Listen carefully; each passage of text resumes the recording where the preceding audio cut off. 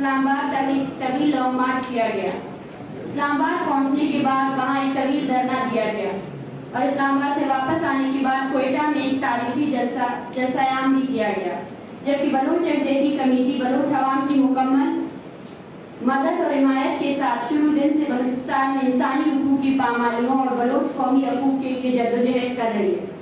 بلوچ یکجہتی کمیٹی اپنے جدوجہد کے شروع دن سے آج تک مکمل طور پر پرامن رہی ہے اور ہمارے لانگ مارچ، دھرنا اور جلسے جیسے انتہائی بڑے ایونٹ میں بھی ہماری تنظیم ایک لمحے کے لیے بھی پرتشدد نہیں ہوئی ہے، لیکن اس کے باوجود ہمارے کارکنان، ہمدردوں اور تحریک کے ساتھیوں کو مسلسل دھمکیوں، ہراسگی،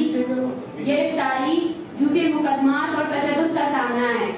آج ہم اس پریس کانفرنس کی توسط سے دو بات بالکل واضح کرنا چاہتے ہیں۔ ایک، ہم ریاست کے تمام پرتشدد عمل، گرفتاری، جبری گمشدگی، جھوٹے مقدمات، دھمکی اور ہراسگی کے باوجود ایک لمحے کے لیے بھی اپنے جدوجہد سے پیچھے نہیں ہٹیں گے،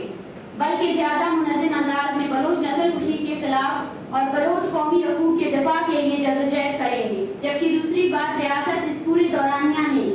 ہمیں مسلسل تنگ کر کے پرتشدد ہونے کے لیے اکسانے کی کوشش کر رہی ہے، لیکن ہم ایک ذمہ دار اور منظم سیاسی تنظیم ہیں۔ ہم اپنے تنظیمی اور تحریکی مقاصد، اصول اور طریقہ کار کے تحت شعوری طور پر جدوجہد کر رہے ہیں۔ ہم کسی بھی صورت رد عمل کی بنیاد پر سیاست اور جدوجہد نہیں کر رہے ہیں اور نہ ہی آگے رد عمل کی بنیاد پر سیاست کریں گے۔ اس لیے ریاست ہمیں افسانے کی اپنی ناکام کوششیں کو ترک کر دے، جبکہ اس کے علاوہ ہم یہ عمل بھی یہاں واضح کر دیں کہ ہم اپنی تنظیم کے خلاف ہونے والے عالیہ ریاستی عمل، پرتشدد عمل اور آئین و قانون کی پامالیوں پر بین الاقوامی تمام انسانی حقوق کے اداروں اور صحافی برادری کو آگاہ کر چکے ہیں۔ اگر ہمارے کارکن، ہمدردوں اور تحریکی ساتھیوں کو کسی بھی قسم کا نقصان پہنچا، اس کی تمام تر ذمہ داری ریاست پر عائد ہوتی ہے۔ لہذا ریاست ایک ذمہ دار ریاست ہونے کا ثبوت دے کر اپنے آئین اور قانون کو خود احترام کرے، جمہوری اور سیاسی جدوجہد کو تسلیم کرے اور بلوچستان میں ہر قسم کے ہونے والے انسانی حقوق کی پامالیوں کو فوری طور پر ختم کرے۔ قابل احترام صحافی حضرات، بلوچ یکجہتی کمیٹی کی مرکزی کور کمیٹی کے اجلاس گزشتہ روز کراچی میں منعقد کیا گیا تھا۔ اجلاس میں بلوچستان کی سیاسی صورتحال، ریاست کی بلوچ نسل کشی پالیسی، بلوچ نسل کشی کے خلاف ہونے والے لانگ مارچ کے بعد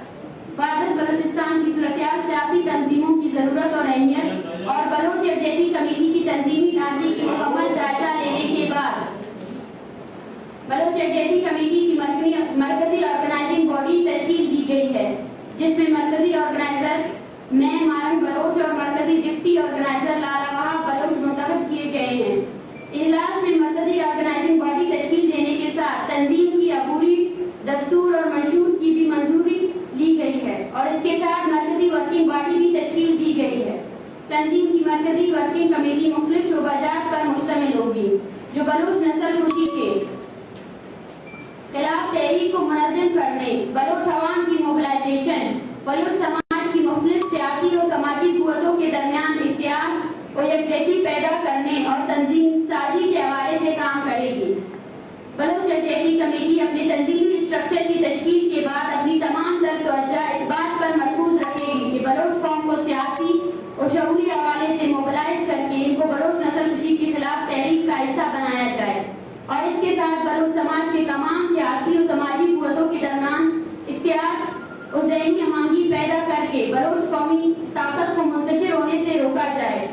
ہم سمجھتے ہیں کہ آج جس طرح کے حالات کا بلوچ قوم کو سامنا ہے، اس کا مقابلہ ایک منظم سیاسی تنظیم کی تشکیل اور قومی اتحاد اور یکجہتی کی بنیاد پر کیا جا سکتا ہے۔ ہم امید کرتے ہیں کہ بلوچ قوم کی تمام سیاسی اور سماجی قوتیں بلوچ نسل کشی کے خلاف ایک نقطے پر اپنے درمیان اتحاد اور یکجہتی پیدا کرنے میں کامیاب ہوں گے اور ہم اس قومی قوت سے بلوچ قوم کو اس مشکل حالات سے نکالنے میں کامیاب ہوں گے۔ جبکہ اس کے علاوہ ہم کوشش کریں گے کہ اس خطے کے تمام مظلوم عوام کی جدوجہد کے درمیان روابط پیدا کر کے ریاستی جب، ظلم اور بربریت کے خلاف مشترکہ جدوجہد کے لیے راہ ہموار کیے جائیں۔ معزز صحافی حضرات، جیسا کہ آپ جانتے ہیں کہ بلوچ نسل کشی کے خلاف بلوچ یکجہتی کمیٹی کی تحریک جاری ہے اور اسی